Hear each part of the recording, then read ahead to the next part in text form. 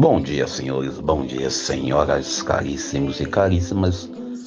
Hoje, de forma especial, celebramos o dia do diácono. Nós, cristãos da Igreja Católica, também de outras igrejas, temos o diaconato. Na igreja evangélica, não em todas, mas em algumas, o diácono é aquele camarada que fica na porta fazendo a acolhida. É o famoso acolhedor. É aquele camarada que fica ali no sereno, na igreja evangélica. Na igreja católica, o diácono pode ser um homem casado, ao contrário do que muitos pensam. O diaconato na igreja católica nasce dentro da proposta de dar mais atenção aos pobres, aqueles que estavam recebendo da igreja algum apoio, pois no contexto do nascimento da cristandade, os apóstolos recebiam algumas doações e, para evitar transtornos, confiavam a administração desses bens aos homens chamados diáconos. Também, naquele contexto histórico, tinha as diaconisas, por que não dizer isso? Mas isso é um outro contexto, não vamos entrar para evitar que me chamem de herege. E aí, nesse sentido, hoje celebramos o diácono. Na Igreja Católica, um homem casado, que pode ser casado, que tem que ter uma certa idade, tem que ter uma certa estabilidade, tem toda uma história, que eu não vou entrar na questão do direito, né, do que pode ou não pode para ser diácono, mas é um homem que está no altar auxiliando na liturgia, mas tem um papel especial de estar ali para servir aqueles que chegam de fora, administrar o patrimônio eclesial, ajudar o padre ou o presbítero na sua vocação. Ao contrário do que muitos pregam por aí, e eu falo isso com muita certeza, o diácono ele não é um submisso à vontade do pároco ou do padre. O diácono é o irmão. Ambos estão sob a autoridade do episcopo, do bispo. E essa autoridade não é autoridade para confundir com o autoritarismo, é a autoridade do serviço, do amor.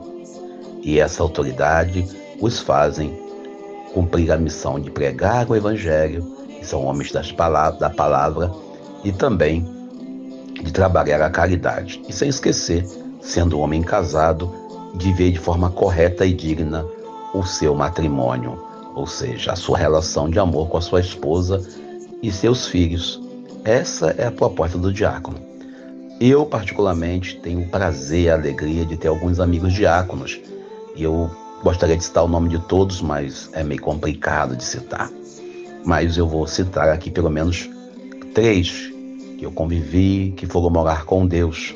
O meu irmão diácono, José Geraldo Breguns, faleceu tem já um tempinho, um irmão que deixou muita marca em nossa história de vida.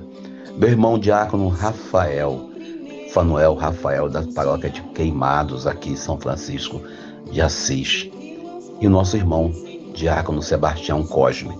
São 3 diáconos que eu convivi de forma plena. Tem outros diáconos, Sandoval, tem o diácono Bartolomeu, e tem outros diáconos que já se foram morar com Deus, que eu conheci pessoalmente, mas esses 3 eu cito, querendo fazer memória do ministério diaconal. Ambos irmãos de caminhada, ambos homens coerentes da sua missão.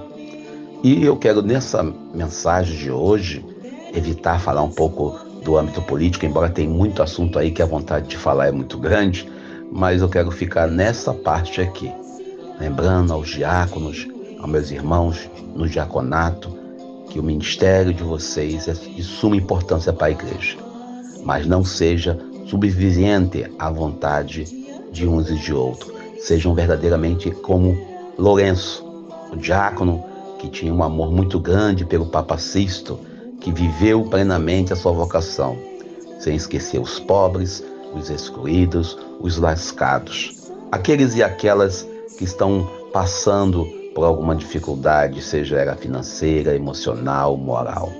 Diácono, sem você, a igreja perde um tesouro do ministério diaconal. Por isso, a escola diaconal em que eu ajudei, que eu colaborei durante um tempo, me deixa muito orgulhosa em quando eu vejo os meus irmãos que estão ordenados diáconos, companheiros de missão, companheiros que servem ao Cristo, não ao poder, companheiros que servem ao Cristo, não a vontade de um e de outro. Esta é a proposta de hoje. Por isso o evangelho de hoje, o evangelho de João, capítulo 12, versículo 24 a 26, versículo tão curtinho, né? 3 versículos só, 24, 25 e 26, traz Jesus desse discurso que ele está fazendo para a comunidade. Ser cristão é ser grão de trigo lançado à terra. E ontem, na hora do meu café da tarde, conversava com meu irmão de caminhada lá no trabalho, e nós falávamos sobre isso, de ser grão de trigo lançado à terra. Se não morrer, fica só. E eu lembrei, na época, naquele momento, São Policarpo de Esmirna. Lembrei de alguns homens e mulheres que deram seu testemunho na época da cristandade, na primeira igreja, na igreja primitiva. Homens que se entregam por amor. Lourenço também foi esse homem. A diferença é que Lourenço buscava trazer para a realidade do imperador Valeriano um Cristo na pessoa do pobre, às vezes esquecidos durante a história da igreja.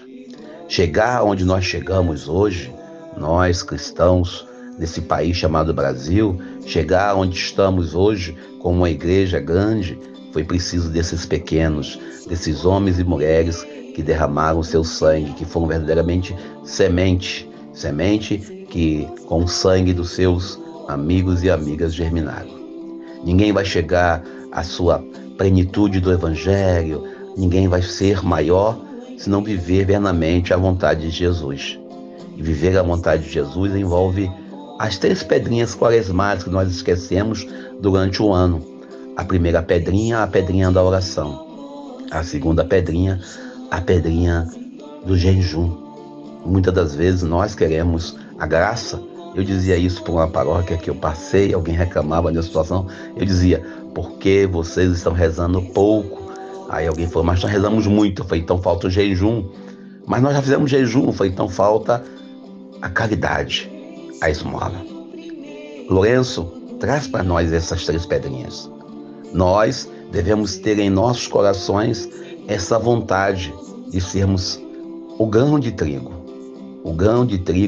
que se entrega, que é colocado na terra para poder gerar a grande alimentação para o povo. Nesse tempo de agronegócio, nesse tempo onde vivemos olhando para os campos como fonte de renda para manter uma elite, olhar para o trigo hoje, a gente aqui na realidade do Sudeste, diante da realidade do mundo, nós não conhecemos verdadeiramente um pé de trigo. Vimos foto, vimos alguma coisa, mas poucas pessoas viram de fato uma plantação de trigo.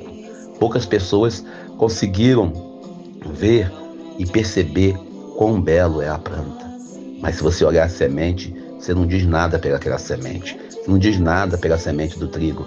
O grão de trigo não é um grão que nos seduz, mas é ele que vai gerar o pão que está em nossas mesas todos os dias. E nós devemos querer e devemos ser o grão de trigo. Devemos viver plenamente esse desejo de entregar a vida por amor ao Evangelho. Mas não o Evangelho do altar, não o Evangelho da missa dominical, das filas da comunhão somente, mas o Evangelho de testemunhar Jesus em nossos trabalhos, em nossos estudos, em nosso lazer. Esse Evangelho nós somos chamados a caminhar e elevar não o nosso nome. E aí eu vendo o Padre Zezinho falando que vai fazer um silêncio por uns tempos devido às críticas, aí eu falo sempre, é preciso continuar. Eu também de vez em quando aqui com vocês dá vontade de silenciar. Tem dia que eu acordo e falo, meu Deus do céu, preparei o texto, mas não estou inspirado. Mas por causa da semente do grão de trigo que eu tenho que ser, eu não deixo de passar por aqui às vezes. Às vezes nós nos desanimamos, mas não podemos ser abatidos, como diz São Paulo Apóstolo. Fique com Deus. Parabéns aos meus irmãos diáconos, meus companheiros de missão, aqueles e aquelas que entenderam plenamente o que é ser grão de trigo, o que é ser diácono, o que é ser servidor do projeto de amor que a igreja nos confia. O ministério não é nosso, é da igreja, e a igreja é de Cristo. Eu sou Daniel Nonato. Desejo a vocês um bom dia, que Deus nos abençoe e nos ajude com o exemplo e testemunho de São Lourenço. Rogai hoje